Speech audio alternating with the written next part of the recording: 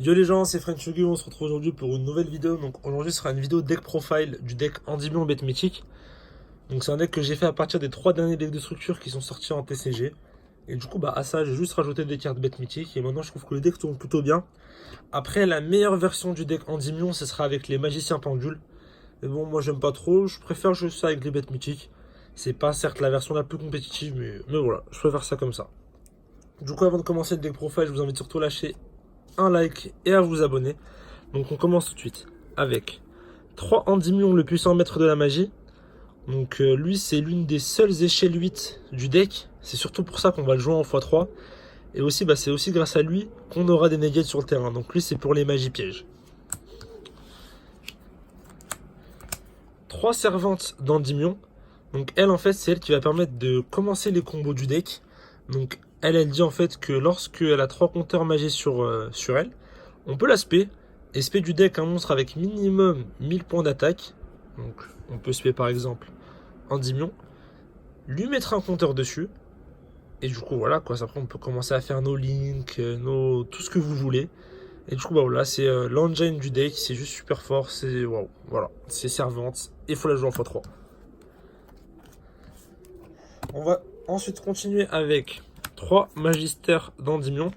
Donc lui des fois dans certaines decklists il est joué en x2 voire en x1. Moi je préfère le jouer en x3. Pourquoi? Si on a Endymion et lui dans la main, on va mettre lui en échelle pendule. Comme ça on va pouvoir invoquer spé Endymion, le puissant maître de la maille, celui que je vous ai montré au tout début de la vidéo. Et du coup voilà, je préfère le jouer à 3. Il n'y a pas beaucoup d'échelle 8 et voilà, comme ça je trouve que c'est plutôt pas mal. Un reflet d'Endymion. Voilà, donc je la joue en x1. En x3 ça fait totalement brick, ça sert pas à grand chose, mais en x1 c'est plutôt pas mal. 3 ravisseuses de magie. Donc ravisseuse de magie c'est en général celle qu'on va mettre en échelle pendule pour nos invocations. Et au cas où si on a une mauvaise main et qu'on arrive quand même à activer 3 magies, on pourra quand même aller tuto une carte. On va commencer avec les bêtes mythiques, donc 3 cerbères bêtes mythiques. Donc lui on va le mettre en échelle pendule lorsqu'on va aller tuto le roi chacal bête mythique que je vais vous montrer juste après. Et du coup voilà, en x3 c'est assez fort. Et voilà, moi j'aime bien. Ensuite, 3 rois chacal bête mythique. Donc voilà, donc lui ce sera l'une des negates sur le terrain. Donc c'est grâce à lui qu'on va pouvoir negate les effets de monstres. Et voilà, faut le jouer en x3. Comme ça, l'adversaire ne pourra absolument rien faire. Puisque l'effet de negate, en fait, c'est une fois par monstre. Donc si par exemple, on a 2 rois chacal sur le terrain avec des compteurs, en fait, on aura 2 negates de monstres. On va ensuite enchaîner avec un Garuda bête mythique. Donc Garuda, c'est une carte qu'il faut jouer en x1. Car en x2 ou en x3, ça peut faire totalement brick. Et du coup, c'est mauvais. Donc en x1, c'est juste super fort. Et voilà. On va ensuite enchaîner avec 3 floraisons de cendres et joyeux printemps, donc Ash Blossom. C'est la meilleure entrave du format, c'est celle qui permet de bloquer, enfin plutôt de freiner la majorité des decks dans leur combo. Et du coup, il faut la jouer en x3, car c'est trop fort.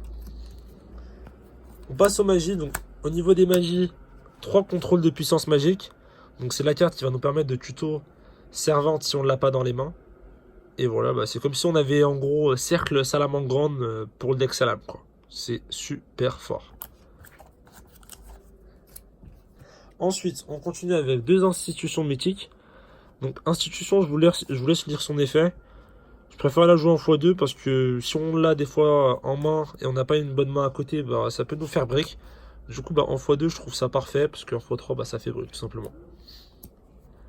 Une terraformation avec 2 citadelles magiques. Donc pourquoi je mets pas 3 citadelles ou pourquoi je mets pas, je sais pas, 2 terra, une citadelle par exemple. Citadelle, je trouve ça fort, mais aussi ça peut aussi faire brick. Et terra en fait ça fait une magie d'activer gratuitement. Donc si on a par exemple servante sur le terrain, on a juste à faire terra, ça fait une magie. On active le terrain, ça fait déjà 2 magies. Donc voilà, c'est plutôt fort comme ça. Et moi j'aime bien.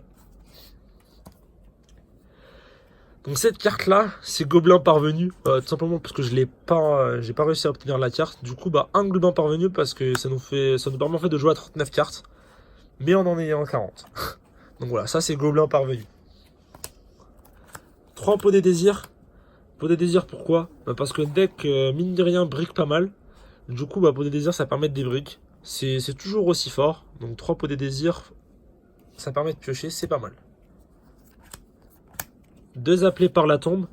Donc malgré que le deck soit fort, il faut quand même avoir une protection et une trappe.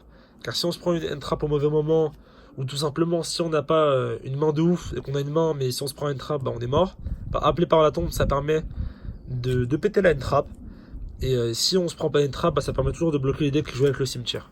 Donc d'appeler par la tombe, c'est parfait.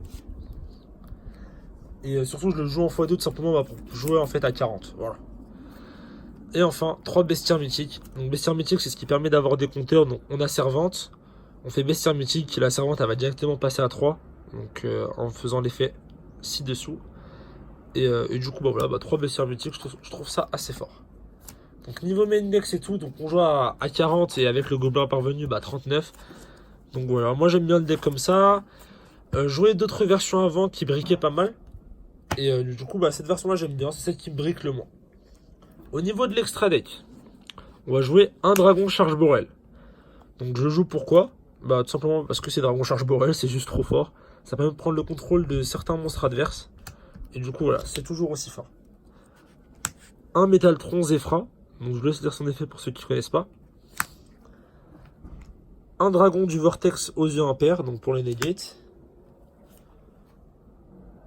Un Cerbère Chevalier du Cauchemar. Un Fracas du jour, le brillant guerrier magique.